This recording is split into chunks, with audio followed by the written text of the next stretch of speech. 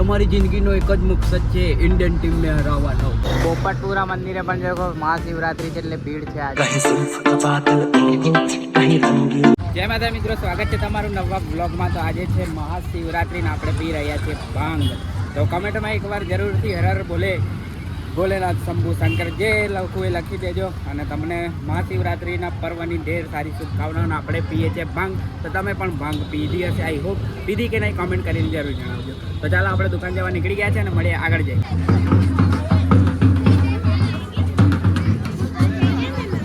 મંડેશ્વર મહાદેવના મંદિરે લોકો ચાલતા જાય છે. પાછળ બહુ બધા લોકો હતા પણ મેં થોડી વાર રહીને મોબાઈલ ચાલુ કર્યો એટલે બાકી બહુ બધા ચાલતા જાય છે પાછળ અને આગળ બી જાય છે. જુઓ બતાવું, તમે બ્લોગમાં ચાલુ જ રાખો, હું તમને બતાવું. થોડો ફાસ્ટ કરજો. ચાલો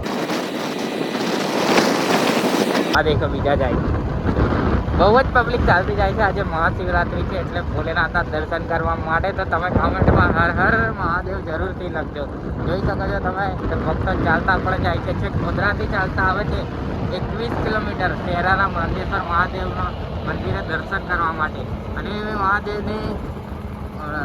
મહાદેવની હિસ્ટ્રી તો તમને ખબર જ હશે, પણ ના ખબર હોય તો ફરી એકવાર હું કહી દઉં છું. પણ આપણી દુકાને જઈને કહું, કેમ કે અહીંયા અવાજ પવન બહુ છે એટલે અવાજ મારો આવતો નહીં હોય બરાબર. સામે ગાડી ફેલ પડી છે એટલે દેખો બેરિકેડ મૂકેલું છે એટલે આપણે આ સાઈડ લઈએ ધીરે રહી. શું છે, ટાયર ફૂટી છે કે પંચર થઈ ગઈ છે? એ આ તો અમારી દુકાન પાછળ રહે છે. કંઈ ક્રાઉન તૂટી ગયો છે લાગે, એનું કામ ચાલે છે. ચાલો દુકાને આવી ગયા છે આપણે. હવે અહીંથી હવે 500 મીટર જ જવાનું છે, પછી મંદિર. અને પછી હિસ્ટ્રી તો તમે જાણતા જ હશો. ચાલો કોની કહી દઈશું. તો હમણાં આપણે આ ઓપ્પો A53 નું બોક્સ અને આ પંપ લેવા ગયા હતા, કેમ કે આપણે જે ઓપ્પો A53 મોબાઈલ છે એનું આપણે પાસવર્ડ ભૂલી ગયા છે. તો એ ખુલતો નથી અને બિલ વગર કોઈ ખોલી આપવા ના પાડે છે. એટલે આ બોક્સ સુરેલી પડેલું હતું તો આપણે મંગાવી લીધું છે. અને આ પંપ એટલા માટે મંગાવે છે કેમ કે જાયલોનું ટાયર આખું બેસી ગયું છે. તો હવે એમને થોડીક હવા પૂરીને ઊંચું કરીને પછી હવા પૂરવા જવું પડશે. એટલા માટે આ પંપ મંગાવે છે. ને કે ટાયર જો બેઠેલું જ રહેશે તો પછી એ ખરાબ થઈ જશે. એટલે આ સાંજે જઈને હવા પૂરીશ અને પછી સવારે દુકાને જઈને હવા કમ્પ્લીટ પુરાઈ આવીશ 4 ટાયરમાં. અને બેટરી આપણે જે મૂકી હતી ચાર્જ કરવા માટે એ ચાર્જિંગ કમ્પ્લીટ થઈ ગયા. આજે સેલ બેલ માર્યો પણ આપણું ટાયર પાછળનું બેસી ગયેલું હતું. એટલે અત્યારે આ ગામડેથી મંગાવ્યું છે પંપ. અને હવે ગોધરા જઈને પછી પૂરીને પછી સવારે દુકાને જઈને પુરાઈશ. અને કાલે જો ટાઈમ મળશે તો આ પણ કેરમાં આપી દઈશ. એટલે શું આપણું લોક ખુલી જાય. અને આ ડેટા રાખવાના છે એટલે આપણે કેરમાં જ આપીશું. બાકી દુકાનો પર તો તોડી આપે છે પણ એ ડેટા વગરના તોડી આપે છે. તો આપણે ડેટા રાખવાના છે એટલે કેરમાં જઈને તોડાવીશું. બાકી આજે મહાશિવરાત્રી છે. જુઓ કેવી આપણી અગરબત્તી સળગે છે. ક્યારનો આવ્યો છું હું તો દિવાળી કરીને ક્યારનો બેઠો તો કલાક જેવું થઈ ગયું છે. પણ આજે હું એકલો જ છું. ચિરાગને કંઈ ગયા છે, ખબર નહીં કંઈ ગયા છે.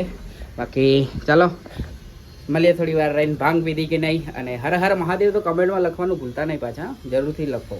તો કાંઈ છે તો હિસ્ટ્રી જાણવાનું ભૂલી જ ગયો તો પણ અચાનક પાછું યાદ આવી ગયું કે મારે આજે મંડેશ્વર મહાદેવ મંદિરની હિસ્ટ્રી પણ કહેવાની છે. તો એમાં વાત એવી છે કે એ જે મંડેશ્વર મહાદેવનું જે મંદિર છે, જે શિવલિંગ સ્થાપિત છે, એ શિવલિંગ દર મહાશિવરાત્રિએ ચોખાના દાણા જેટલી એની ઊંચાઈ વધે છે એવી લોકવાયકાઓ છે. અને પૌરાણિક લોકો પણ એવું કહે છે કે એ દર મહાશિવરાત્રિએ ચોખાના દાણા જેટલી એ શિવલિંગની લંબાઈ વધે છે. જો એ સાચું છે કે ખોટું મને કોમેન્ટ કરીને જણાવો કે એ સાચી વાત છે કે ખોટી વાત છે. મને ભરોસો છે ત્યાં સુધી એ વાત મને સાચી લાગે છે. તમને શું લાગે છે જરા કોમેન્ટ કરીને તમારો પણ ઓપિનિયન મને આપો એટલે મને ખબર પડે કે તમે એના વિશે શું જાણો છો. મંડેશ્વર મહાદેવ મંદિર વિશે બીજી કઈ વાત જાણતા હોય એ પણ કોમેન્ટ કરીને જણાવજો. અને અત્યારે આજે તો મહાશિવરાત્રી છે એટલે આપણી દુકાનમાં મંદિર જેવું જ છે લાગે છે. બધા મેળામાં ફરવા જતા રહ્યા છે મહાશિવરાત્રિના મેળામાં.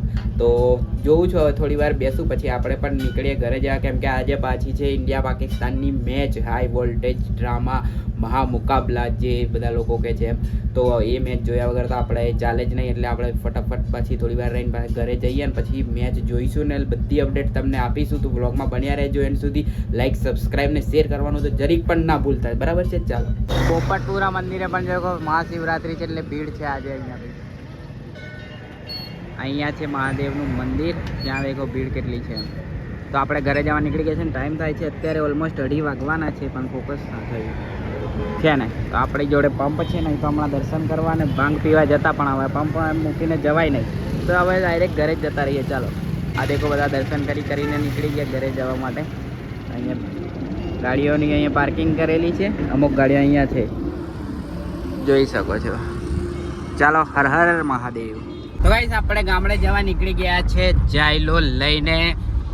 કાલે દુકાનેથી આવીને હવા પૂરી પંપથી, અને પછી અત્યારે મેં હવા પૂરાઈ દુકાનેથી, અને આપણે નીકળી ગયા છે ગામડે જવા માટે. અને કાલની શું મેચ હતી ઇન્ડિયા પાકિસ્તાનની, બહુ મસ્ત. આખી પાકિસ્તાનની બેટિંગ લાઇનઅપ ડિસ્ટ્રોય કરી નાખી આપણા બોલરોએ, ખાસ કરીને હાર્દિક પાંડ્યા અને જસપ્રીત બુમરાહે. બુમરાહ, જસ્સી જૈસા કોઈ નહીં. તો બહુ મજા આવી. અને એમનો એક યુટ્યુબર છે ફકરાન કરીને, ફકરાન ભટ્ટી કે એવું કંઈક નામ છે ખરું, તમે સર્ચ મારજો, યુટ્યુબમાં મળશે. બહુ કૂદકા મારતો હતો કે આમ કરી દેજો, તેમ કરી દેજો. અને શ્રીલંકાથી મુંબઈ આપણી ટીમ, ઇન્ડિયન ટીમ, કે ઉદાસ ચહેરાથી ને મુંબઈ આવે ને એવું બધું કહેતો હતો. તો પછી સૂર્યકુમાર યાદવે કીધું કે અમે એવી રીતે નહીં જતા, તમને એવી રીતે મોકલીએ, આમ ઉતરેલે કડી જેવા મોઢા લઈને.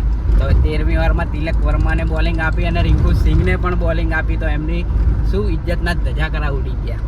તો એ ફુકરાન ભટ્ટી બહુ કૂદકા મારતો હતો કે તમારી જિંદગીનો એક જ મકસદ છે ઇન્ડિયન ટીમને હરાવવાનો, બાકી કોઈ નહીં હોય. વર્લ્ડ કપ હારી જાવ તો ચાલશે, પણ ઇન્ડિયન ટીમને હરાવો. તો જ્યાં સુધી આ લોકો ઇન્ડિયાની ટીમને હરાવવા આવશે ત્યાં સુધી કોઈ વર્લ્ડ કપ જીતવાના નથી, એ વાત તો પાકી જ છે.